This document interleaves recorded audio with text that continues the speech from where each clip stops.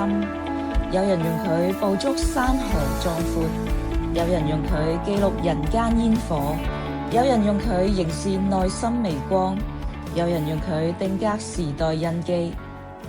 6位深耕光影嘅攝影家，6段截然不同嘅人生創作之路。佢哋以相機為筆，以光影為墨，喺方寸嘅取景框裏，藏住對世界嘅熱愛，對生活嘅洞察，對藝術嘅堅守。接住落嚟，讓我們走進佢哋嘅影像世界，聆聽鏡頭背後嘅故事與初心。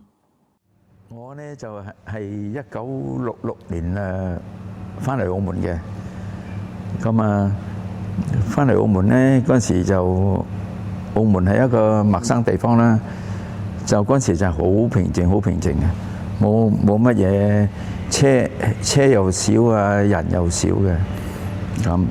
我其實我爸爸都喺廣州有個攝影鋪嘅，開咗個攝影鋪。嗰陣時佢又做記者，我睇佢嘅平面設計嘅，咁其中有一科咧係攝影科嘅，咁自己其實都幾中意嗰一科嘅，咁同埋嗰陣時有個老師啦，咁就係叫李雷奮啦，咁基本上可能好似亦師亦友啊，後尾咁佢有個藝術空間，咁啲活動我都有參加嘅，咁可能咁樣，從而就對攝影可能就中意多啲啦，咁同埋係對於藝術又中意多啲咯，嗰個時期開始嘅。我每朝咧大概8點左右咧，就一定經過嗰個欣望寺馬路、南環街、新馬路嗰個街口嗰度，因為錯綜複雜喺嗰個街口裏邊咧，即係好多人匆匆忙忙，即係趕住翻工啦，又趕住過馬路啦，有好多時咧你可以見到啲，你就要掌握咯喎。嗰啲人物走過你嘅畫面嘅時候咧，嗰個你唔能夠，通常我哋影嘅盡量唔好將個人咧就重疊噶嘛。咁啊，你嗰條時候咧就慢慢要等啦。當然離唔開最緊要嗰個建築物啦，嗰個建築物咧，嗰段時間嘅光係最好嘅。咁後尾因為嗰個時局動盪嘅關係咧，咁我哋家族就落咗嚟澳門。咁落咗嚟澳門咧，都係維持翻經營呢個老本行啦，都係金融業嗰方面嘅。咁後來咧就發展為做一個珠寶金行嘅行業。咁我覺得嗱，即係攝影喺我心目中嚟計咧，佢係有3個境界，即係表現方面。嗱，第一就係再現啦，再現就係話將一個景象拍攝落嚟就再現出嚟就係咁樣。咁另外一個咧就係表現啦，表現就係你對呢個景象係有心思喺裏邊嘅，即係你將個心思擺喺裏邊，由佢透發出嚟，咁叫做表現。就現在咧，我手上全新嘅，未開過箱嘅都有啊！人哋個腳下嗰啲箱咧，嗰啲都係相機嚟嘅。寶藏嗰啲全部金相機嚟嘅，係未開過㗎。因為我哋咁啲行咧，一有新嘅嘢，喂，通知我就上車買。所以有時我好多嘢咧，我行先咗就係啦。因為我個人係有新嘅嘢，我就要嘗試吸納佢。有好多嘢。等人哋買啊，用過好先啊！我跟住買咧，人唔好，我咪唔買咯。咁呢啲嘅佢自己正啊，咁我哋嗰啲蠢地咧就，買咗翻嚟先啦。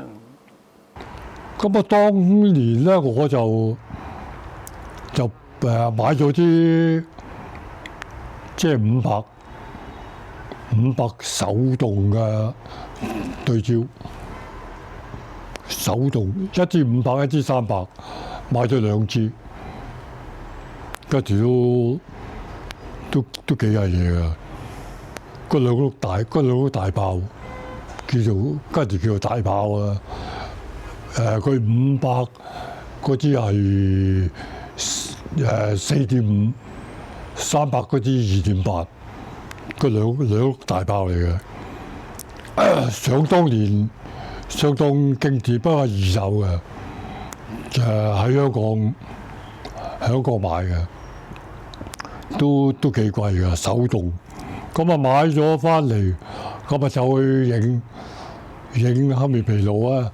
走銀河嗰度着晒腿鞋落去嗰個紅樹林腳架，因為你係冇自動對焦，當時冇自動對焦，個菲林咧亦都冇1600度，冇嘅，最多都係400度，800度都好難揾。跟住咁啊冇辦法買咗400都好啊，咁啊出去影，咁啊哇大佬，你知唔知去銀河嗰個影，即係佢個天黑啲，好似今日嗰啲咁嘅天氣啊。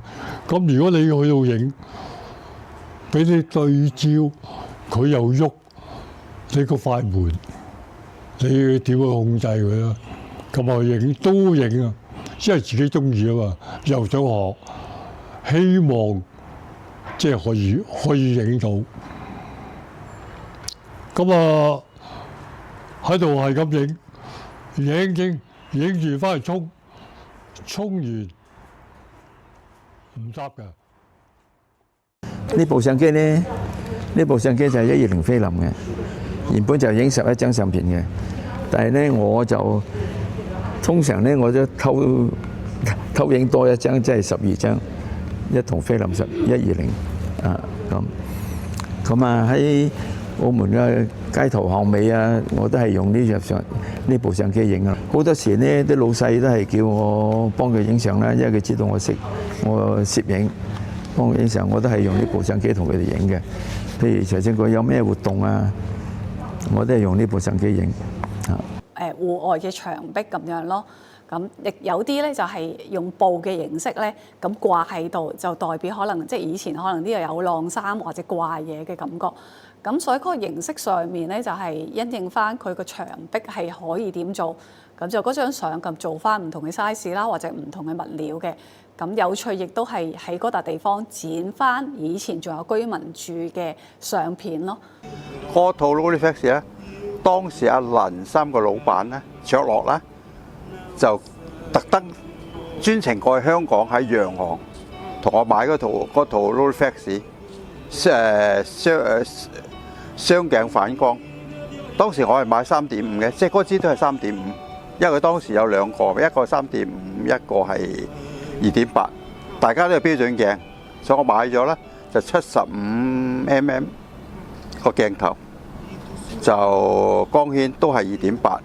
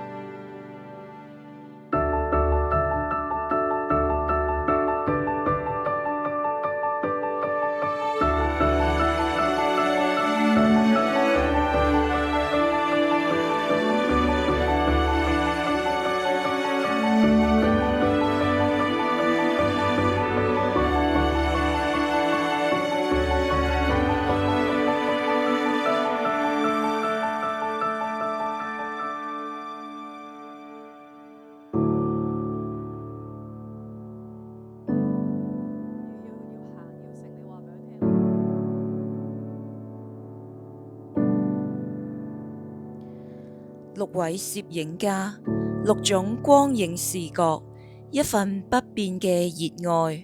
佢哋用快門定格瞬間，用影像傳遞溫度，用堅守詮釋熱愛。光影不息，初心不改。每一張照片都係時光嘅禮物，每一段創作都係對生活最深嘅告白。願我們都能喺呢啲光影裏遇見美好，讀懂生活，銘記時光。